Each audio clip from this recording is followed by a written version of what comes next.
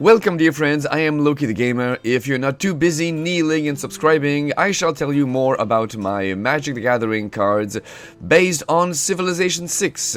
This is the Mali set. A very neat set that involves a lot of riches, therefore a lot of treasures.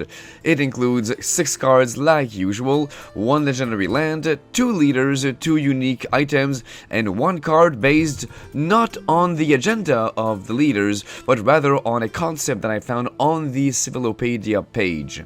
An overview of Mali gives us that gold equals to treasures, as we've already said.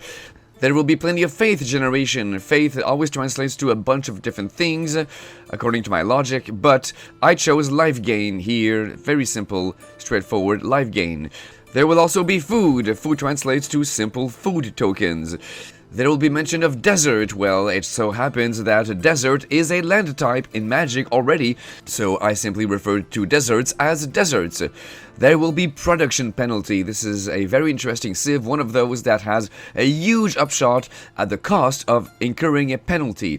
In the Mali's case, it's a production penalty, so I have found a way, or at least tried to, impede their production in order to increase their gold production. Now, if you look at the chart, production equals ramping and gold equals treasure, which in turn means ramping. So I penalized their ramping in order to juice up their ramping.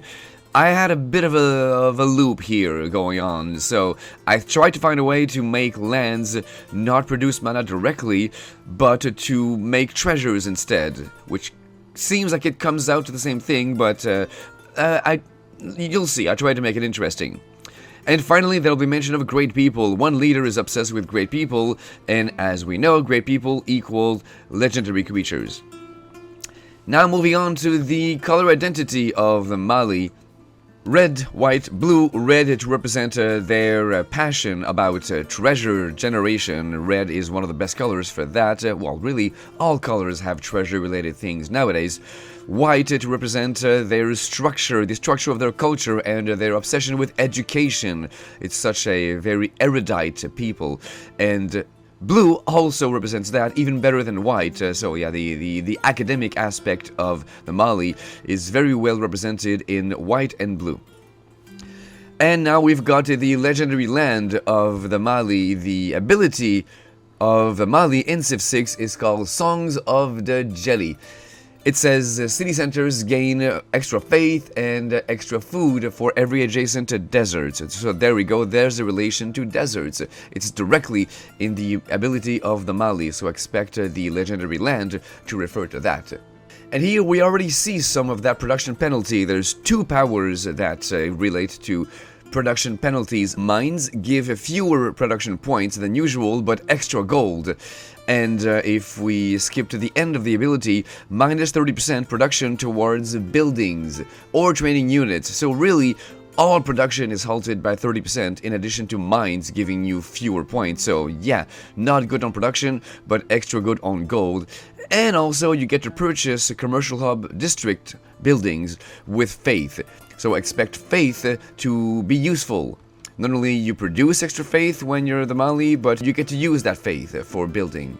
So there's a lot to cover here. The Mali itself, the Civ itself has lots of abilities, and in comparison, you'll see Mansa Musa is much more simple. So I had to cram a whole lot of things in the land and give Mansa Musa few things. I even had to use my imagination to make sure that Mansa Musa was not a bust.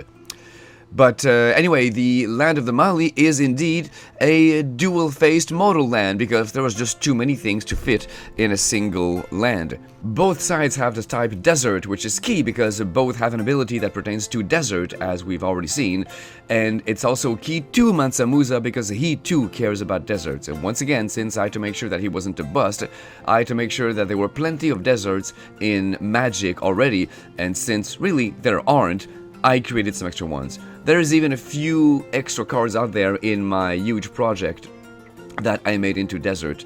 The land of Australia comes to mind, in fact. So let's take a look at the front side of the Mali, just called the Mali. So it's a mythic rare desert, as we've said. Songs of the Jelly is right here. Other lands you control have tap, create a tapped treasure token, and lose all other abilities. So I try to penalize your production by making your lands produce no mana. So forests don't produce mana anymore. Well, you don't have forests in your deck anyway. Bad example. But anyway, your mountains, your islands, your plains, none of your lands, they don't produce mana anymore. So massive production penalty. There's nothing more grievous than your lands do nothing anymore. They might as well be gone. But of course, they do gain the ability of creating tapped treasure tokens. Now, of course, if they created just regular treasure tokens, then it's about the same. You know, I have X lands in play. They don't produce mana, but they produce treasures. So I tap them to make X treasures. I use the treasure to get X mana. It's really... It's the same, it comes out to the same. Not only that, but if I don't use my treasure, if I hoard them to next turn, then suddenly I have more treasures. I get to double. As long as I keep on hoarding my treasures, I can have a huge mass amount of mana. So that is actually too good. That's why I had to make sure that they came into play tapped. That way, sure, you do get to double the number of potential mana you have, but you have to be patient, very patient. In fact, the first time you do this, you actually lose all your mana. So let's say on the current turn, you have X lands, you tap them all for X treasures, but they're tapped, so you have effectively 0 available mana. You went from X potential mana, if Mali wasn't in play, to 0. Next turn, your treasure is on tap, now you have your X mana. You can tap your lands again, but it doesn't increase the amount of mana you have. You have more treasures, but they're tapped, so you still have only X mana.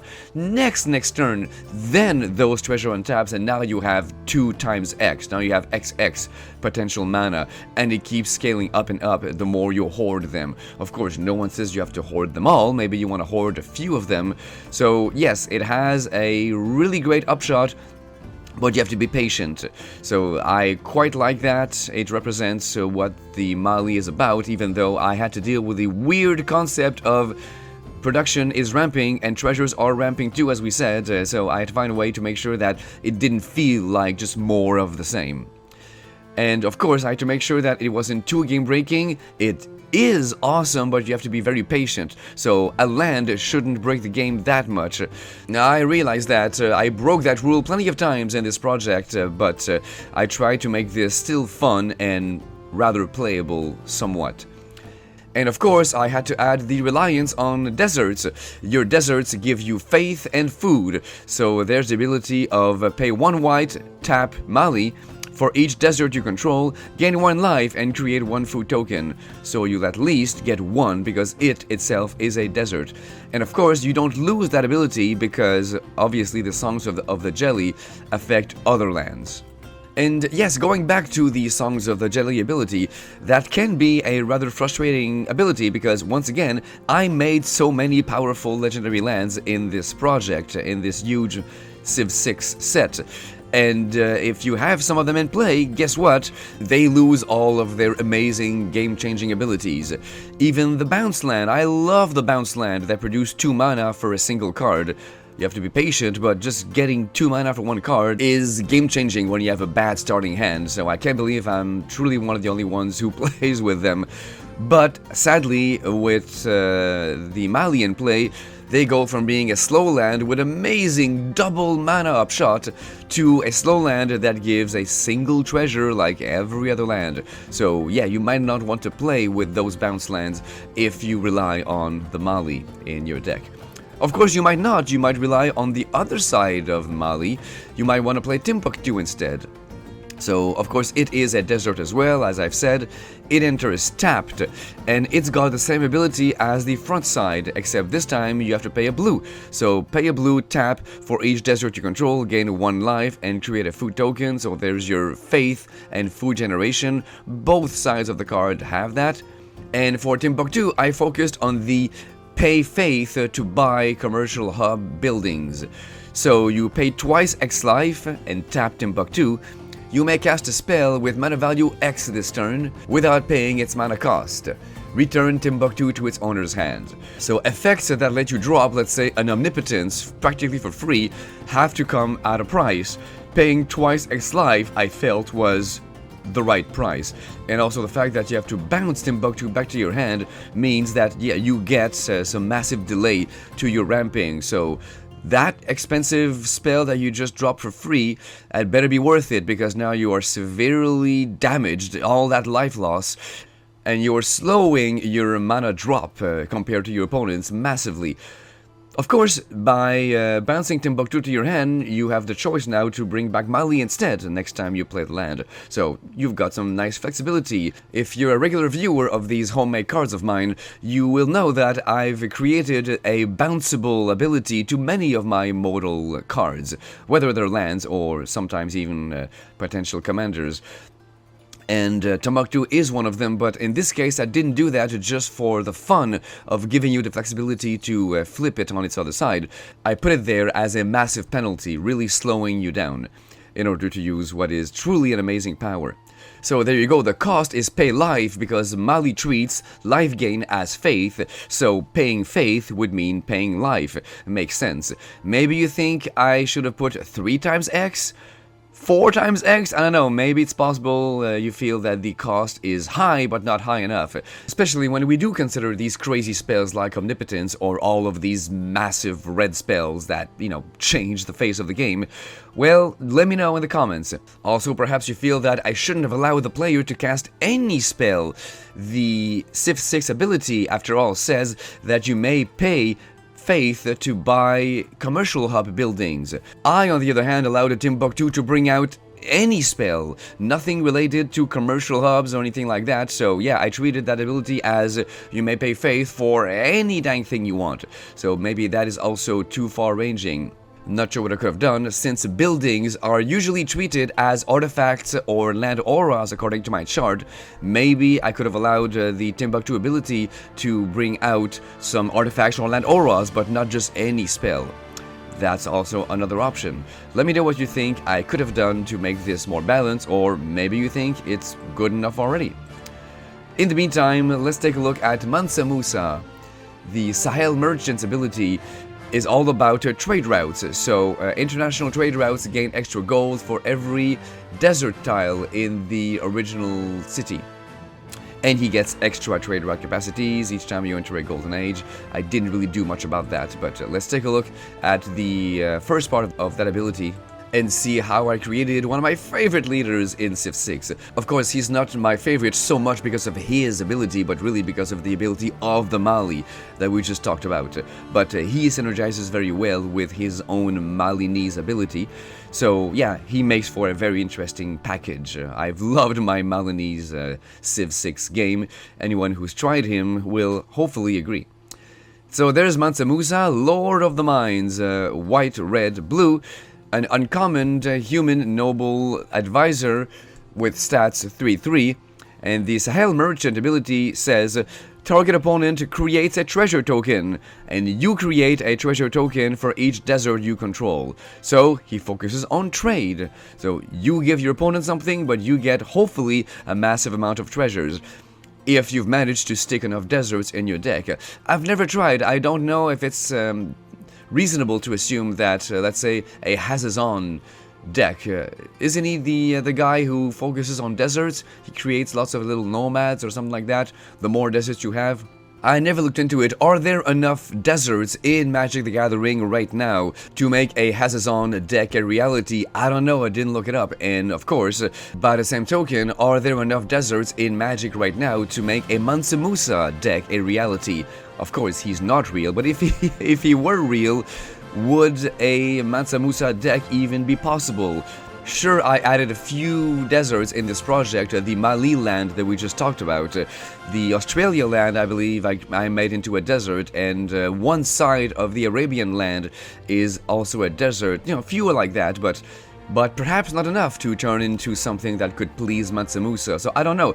So, much like Alexander, he's one of those that could be hit or miss. There might not be enough cards. And also Tamar of Georgia, who relied on miracle spells. Well, once again, there might not be enough miracle spells in Magic right now, even with those that I've created, to make her into a realistic commander option, but ultimately none of that matters because none of those cards exist. If they did exist, one would also create enough support cards to make them realistic. So if Mansa Musa did magically exist, there would be, someone would make sure that deserts were added to make it realistic, and also enough miracles were added to make Tamar realistic. But anyway, Mansa Musa is not quite done. Even if you don't have a lot of deserts, there is something else that deals with trade, but albeit a bit of a one-sided trade. Whenever an opponent sacrifices a treasure, create a treasure token. So yeah, there you go. Not only your opponents might have some treasure generation of their own, in which case they have to think twice before using them because you get some free ramp out of it. And the very treasure that you give them with the first ability, well, once again, even if you have no desert, maybe it could be worthwhile, because if they do use the treasure that you've given them, you get a treasure back as well. So Mansa Musa, for all the guff that we've given him, is self-sustainable even if you have no deserts. You at least break even, so at worst, it's a group hug effect. At best, it's a treasure trove, the kind of which a Scrooge McDuck has never seen, so I think it rather works. Enough for us to move on to the next leader of the Mali, Sundiata Keita. There's his Sokolon ability. It costs 20% less gold to recruit great people, so he wants great people, but he specifically wants to buy them. And the market gains 2 great writing slots, and great works of writing receive extra gold and extra production. So let's take a look at Sundiata Keita, Lion of the Mali. White, red, blue, and 2 generic, a bit more expensive. Human advisor, 6'5", I gave him some really menacing stats. And the Sogolon says, legendary creature spells you cast cost 2 less to cast, if only mana from treasures is used to cast them. So there you go, a discount for great people, but only if you buy them with gold. In other words, treasures. So use treasures to cast a legendary spell and you'll get a discount of 2. And that's it. I didn't do anything about the great works of writing. I'm open to suggestions if you think I can find a way to work that in. But making him expensive, sure, but with great stats and this rebate effect would make him, I think, a very cool idea for a legendary creature-themed deck with a strong commander. But in retrospect, because the card Sundiata Keita is straightforward, simple-minded, and Mansa Musa is more complex with more variety and ways of approaching him, I think that perhaps Mansa Musa should have been the rare and Sundiata Keita should have been the uncommon. Maybe I should have flipped their rarity. Uncommon doesn't necessarily mean weaker, it means simpler, more straightforward, like there's one way of approaching that, and yeah, maybe Sundiata Keita should be that. Still, moving on, the unique unit of the Mali is the Mandekalu Cavalry. It is a mounted unit, obviously. It's got cavalry in the name, and it protects traders. So its job is to protect traders that are within a certain range of them. They are unplunderable when the Mandekalu Cavalry is nearby, and they also get you a gold boost when defeating units. So let's take a look at that. The Mandekalu Cavalry is of course a human horse knight, like always.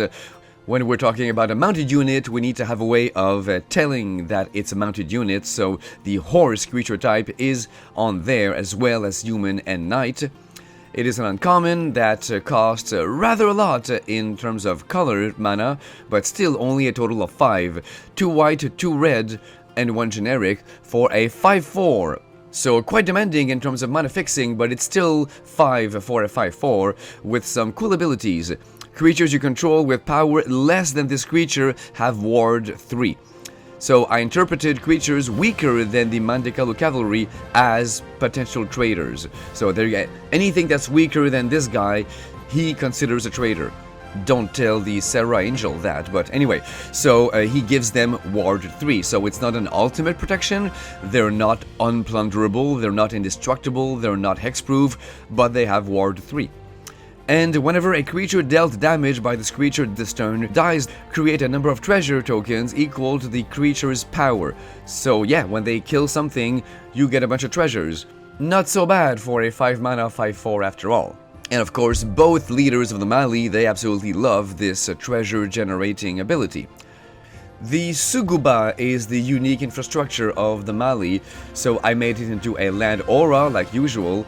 It enchants any land, but it does have in Civ 6 not quite a reliance on rivers and holy sites, but a bonus. You get an adjacency bonus when you build it next to a river or a holy site.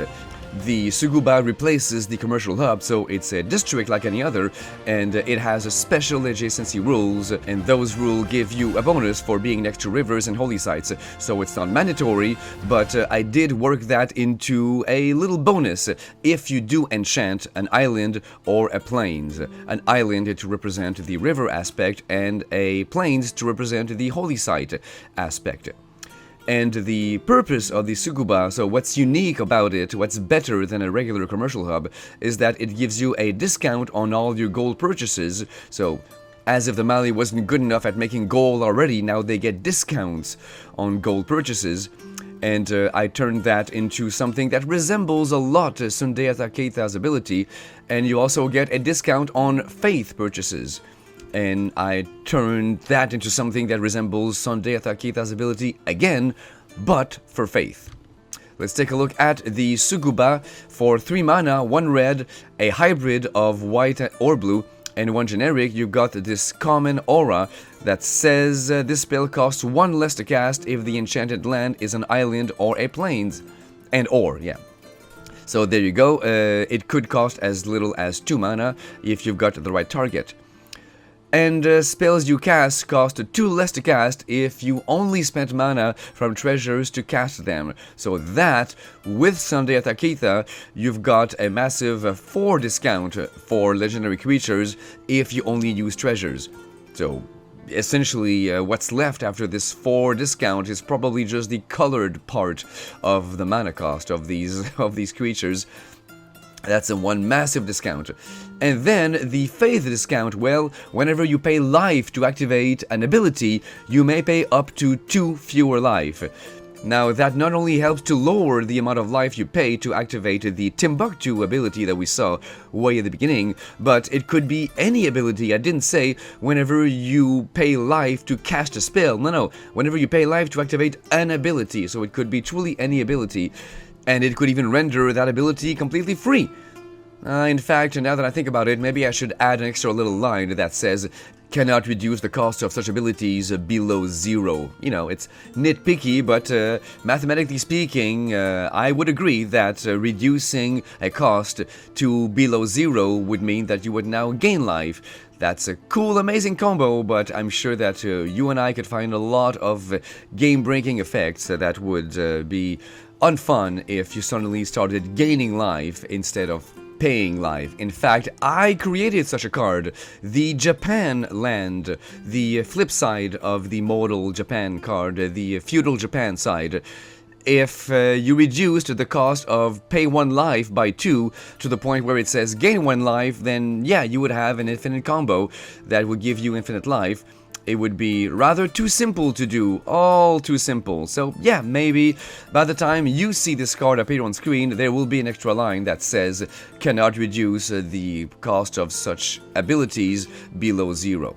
As of this recording, there is no such line, but do expect to see it on your screen right now. So sorry, combo breaker, but I think it's more important to have a balanced magic card than a crazy infinite combo yielding card. And finally, what was I to do? Normally, I create a card based on the agenda of one of the leaders. So the leaders always have something that they like or dislike, a rule that determines who they like in the game of Civilization 6 when you play against them as AIs. But in this case, I used up both names of the agenda in the names of the leaders. I really felt like Mansa Musa, Lord of the Mines, would be a great name for his card, and Sundiata Keita, Lion of the Mali, would also be a great name for his card, but Lion of the Mali and Lord of the Mines are the names of their agenda, so what was I to do? I did need an extra card. I must have 6 cards. I insist on it for each one of my little sets. So I simply read the Civilopedia of the Mali, and I latched onto one cute little expression that I thought was very inspiring. The fact that they, in their history, have relied on riches, 3 of them, gold, salt, and copper. So I created the gold, salt, and copper enchantment. That is another way of enforcing the fact that they've got this massive production penalty, but great gold production. It cost 3 red, and 1 generic for a common enchantment that says spells you cast cost 2 more to cast, but treasures you control have sacrificed this artifact, add 2 mana in any combination of colors. So it gives you the same ability as the Gold Span Dragon for a much cheaper spell for 3 mana, but it comes of course at a cost of increasing the value of your spells. So if you have enough treasures, you don't care about this penalty because you'll make enough mana with your treasures hand over fist to compensate for that penalty and then some. So it's totally workable, it's totally playable in the right deck. In a Mali deck with a ton of treasures or a number of other decks, that could be a very workable card.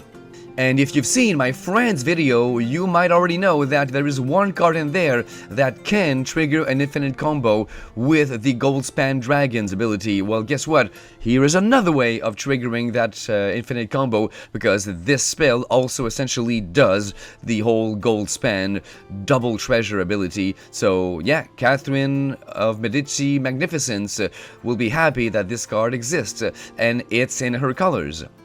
Before I let you go, let's go back to Mansa Musa and prove once more that truly maybe he should have been the rare card, because there's even more subtleties, more facets to his abilities than we even realized. The fact that your opponent gets a treasure, you help create a treasure for the opponent, that can trigger a whole bunch of things that trigger when an opponent creates something. Things that I made in this project, things like the Land of India. You get to copy whenever an opponent does something, such as create a treasure, or the Congolese ability of Mvemba's Ninga, or the Cree people, I believe I gave them something similar, something that triggers when an opponent gets something. So Mansa Musa very easily gives an opponent something. It could trigger all of these things that trigger when an opponent gets a goodie. Unfortunately, cards like Mvemba's Ninga and the Cree cards, they don't fit in with the color scheme of the Mali. So no, it's an interesting discussion, but it's moot because you couldn't find them in the 99 of Mansa Musa. But the Land of India totally could. I believe it creates white and only white, so therefore it could fit in the 99. You need to simply make sure that you have a few clerics in your deck, because you need that in order to use India's ability.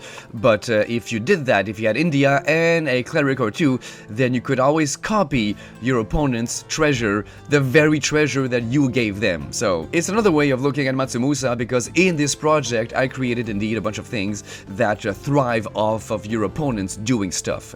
So it works even better when you help them to do that very stuff. You get to cheat a little bit. What better way to end a Loki the Gamer video than talks of cheating?